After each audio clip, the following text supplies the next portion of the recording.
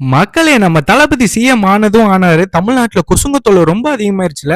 அண்ணன் முட்டு சந்து முட்டை அண்ணன் சீமான் அவர்கள் நம்ம கட்சியை பத்தி ஏதோ ஸ்டேஜ்ல பேசியிருக்காரு. அந்த வீடியோ போடுற பாத்துட்டு வாங்களேன். ஆனா நீங்க 2500 இப்பதான் தெரியுது கொஞ்சம் காசு இல்ல. அது கூட தெரியாம எதுக்கு வந்திய 6 சிலிண்டர் எப்படி குடுக்கறீங்க? நானும் பார்க்க தானே போறேன். எப்படி குடுக்கறீங்க?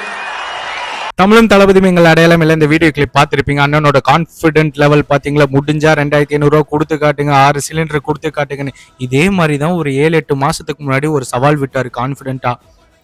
தம்பி விஜய், நீயா நானான்னு பாத்திரலாமா தமிழ்நாட்டில் அப்படின்னாரு. அண்ணனோட நிலைமை இப்போ என்ன தெரியுமா? விஜய் டிவியில் சாயந்தரம் 3 மணிக்கு ஞாயிற்றுக்கிழமை உட்காந்து நீயா நானா ஷோ பார்க்குற நிலைமைக்கு ஆயிட்டாரு. சொல்ல முடியாத மக்களே, அண்ணன் கோபி அவர்கள் அந்த ஷோல இருந்து துரத்திட்டு பழைய கோட் சூட்டை போட்டு உள்ளே இறங்கிடுவார். ஆங்கரா சாட்டை அவர்கள் முன்னாடி வரிசையில் உட்கார வச்சு ஜால்ரா தட்டுறக்கு போயிடுவாங்க. நம்பி கட்சியில் வந்துட்டு ஏமாத்துறீங்க. ஏழை மக்களை ஏமாற்றி திரள் நிதி பிடுங்கி 30 லட்சம் ஒரு ஃபங்க்ஷனுக்கு பிடுங்கிட்டு 2 லட்சம் செலவில் ஒரு ஃபங்க்ஷன் பண்ணிட்டு அதுவே ஒரு இனப்படுகொலை நிகழ்வு. அங்கே வந்துட்டு அதை பற்றி பேசாமல் வயிற்றுச்சல கொட்டி தீக்கிறாரு. வீட்டில் பொம்பளையும் கூட அந்த மாதிரி அழுக மாட்டாங்க. அண்ணன் இப்படி அழுகிறாரு.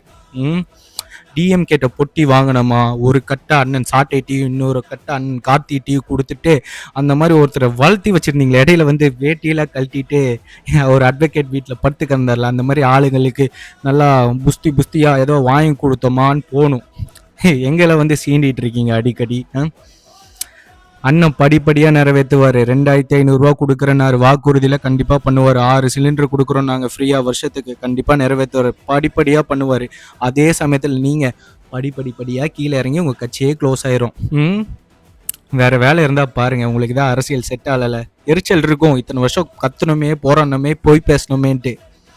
இப்போ ஒருத்தன் வந்தான், அவனுக்கு முதலமைச்சர் சீட்டா அப்படின்னு யோசிக்கலாம். மக்கள் மனசில் இருக்காருங்க. அவர் முதலமைச்சர் சீட்டில் இருக்கார். இப்போ நீங்கள் எங்கே இருக்கீங்க? உட்கார கூட சீட் இல்லாமல் எரிச்சல் பின்னாடி எரியுது. அப்படி இப்பெல்லாம் பண்ணாதீங்க. அப்புறம் உங்கள் அக்கா, அந்த அக்கா விஜயலட்சுமி அக்கா அப்படின்னு கீழே கமெண்ட் வரும், பார்த்துக்கோங்க.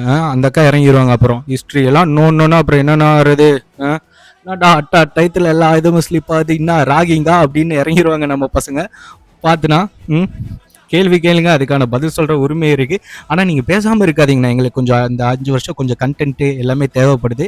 நீங்கள் பேசுங்க, எங்களுக்கு கொஞ்சம் ஃபன் தேவைப்படுது. ஓகே, ஃபன் பண்ணுறோம். சீமான் சார், அண்ணன் 2050க்கு மேலேயாச்சும் ஒரு கவுன்சிலர் சீட்டு ஜெயிக்கணும்னு எல்லாரும் கடவுள்கிட்ட வெயிட்டுக்கோங்க மக்களே. நன்றி.